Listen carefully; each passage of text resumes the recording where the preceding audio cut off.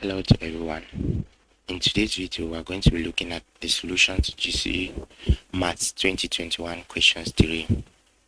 Questions 3 says, show that sine 3a minus sine a divided by cos 3a plus cos a is equal to tan 2a. So, in this case, you are required to show that the left hand side is equivalent to the right hand side. Now, when you look at this formula, the first thing to note when dealing with geometric proofs is you need to know your basic identities. That is, you need to know that sine squared x theta plus cos squared theta is equal to 1. Know that cos 2 theta is the same as cos squared theta minus sine squared theta. So these are the two basic identities that you can generate as many formulas as you wish in trigonometric identity. The other one is sine 2 theta, which is 2 sine theta cos theta. Now this is just like a review, but in this case we're not going to use any of these formulas, because depending on the question that is given to you, you will know which formula exactly to use. In this case, we have been given sine 3a minus sine a. The first thing that might come to your mind is to express sine 3a as sine 2a plus a. Now there's a downside with this expression. If you do this, you're going to have a very long and cumbersome computations to deal with. So that is why there are already trigonometric proofs that we need just to apply.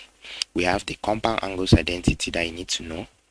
The compound angles identity, we have the sum to product identities. So we're going to look at some of these in a bit, but for now, know that with the experience, when you solve as many questions as possible, when a trigonometric proof is given to you, you will know which one exactly to use. So let's get into this properly.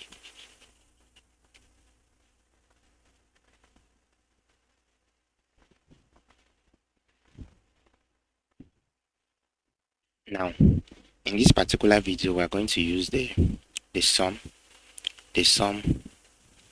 to product identity. Now, there are basically 4 sums to product identity.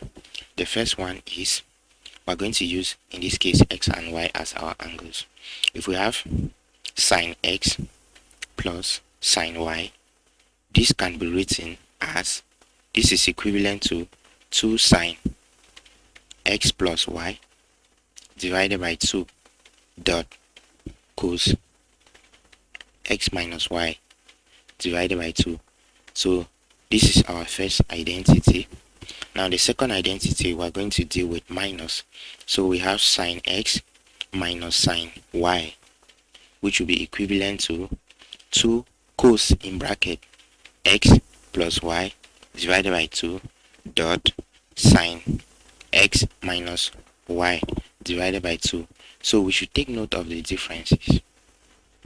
The third one, we're going to deal now with cos. We have cos of x plus cos y to be equivalent to 2 cos x plus y divided by 2 dot cos x minus y divided by 2. So this is our third identity. And finally, we have cos of x minus cos y to be equivalent to minus 2 sine x plus y divided by 2 dot sine x minus y divided by 2. This is our fourth identity. So we need to know this when dealing with proofs of this sort. The first thing that we need to know is when we're dealing with sine and sine, the sine and the cos functions are mixed. Like sine x minus sine x will have cos and sine.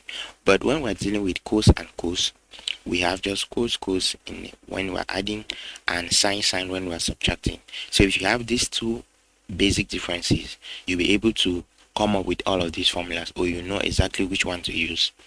Now in our example that has been given to us, we have we have been given we have been asked to show that sine 3a minus sine a, sine 3a, that's sine 3a minus sine a divided by cos 3a plus cos a to be tan 2a. In this case, we are going to say let 3a be equal to x and a be equal to y. So if we look at this, if we look at these two formulas in this way, we are going to know how to relate them with our identities above here. So looking at the identities above here, we see that sine 3a, when we're dealing with the difference, sine a minus sine b, then we're going to have 2. So basically in the numerator, we're going to have, in the numerator, we'll be dealing with this. So basically we are going to apply equation 2. So if we say from 2 above, we're going to have sine 3a minus sine a is equivalent to 2 cos. Now x plus y, it means we're going to have 3a plus a, which will be 4a divided by 2 dot sine. Now x minus y, remember we have our x was 3a, so it will be 3a minus a divided by 2. So if we continue doing that, we're going to have 2 cos 2a sine 2a. So we're done with the numerator. We're going to head now to the denominator. Now from equation 3, we see that cos 3a plus cos a is equivalent to 2 cos a plus b, means 3a plus a, which will be 4a divided by 2, and cos 3a minus a divided by 2. So this is equivalent to 2 cos 2a cos 2a. Now we have this, knowing that this is our numerator, then we're simply going to divide these two. Dividing those two, we're going to have 2 cos 2a sine 2a divided by 2 cos 2a cos 2a. Clearly 2 is going to cancel, 2 is going to cancel out, and we see cos 2a is going to cancel cos 2, so we are left with sine 2a divided by cos 2a. So this is equivalent to tan 2a.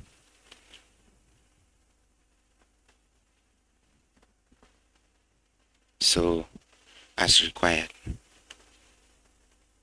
we have actually proven our identity. So if you are able to do this, then you'll be able to secure your 3 marks. Know that in the exam hall, you are not required to state these formulas in this way. I'm doing this for comprehension's sake. So you're just required to state your formulas directly, or apply them. If you know, just apply them. There's no need to write all of this. So that is it for this video. If you found the video helpful, consider subscribing so that whenever I upload new videos, you'll be notified. Like if the video was helpful, and share with your mates so that we can reach a greater number of audience. So see you guys in the next video.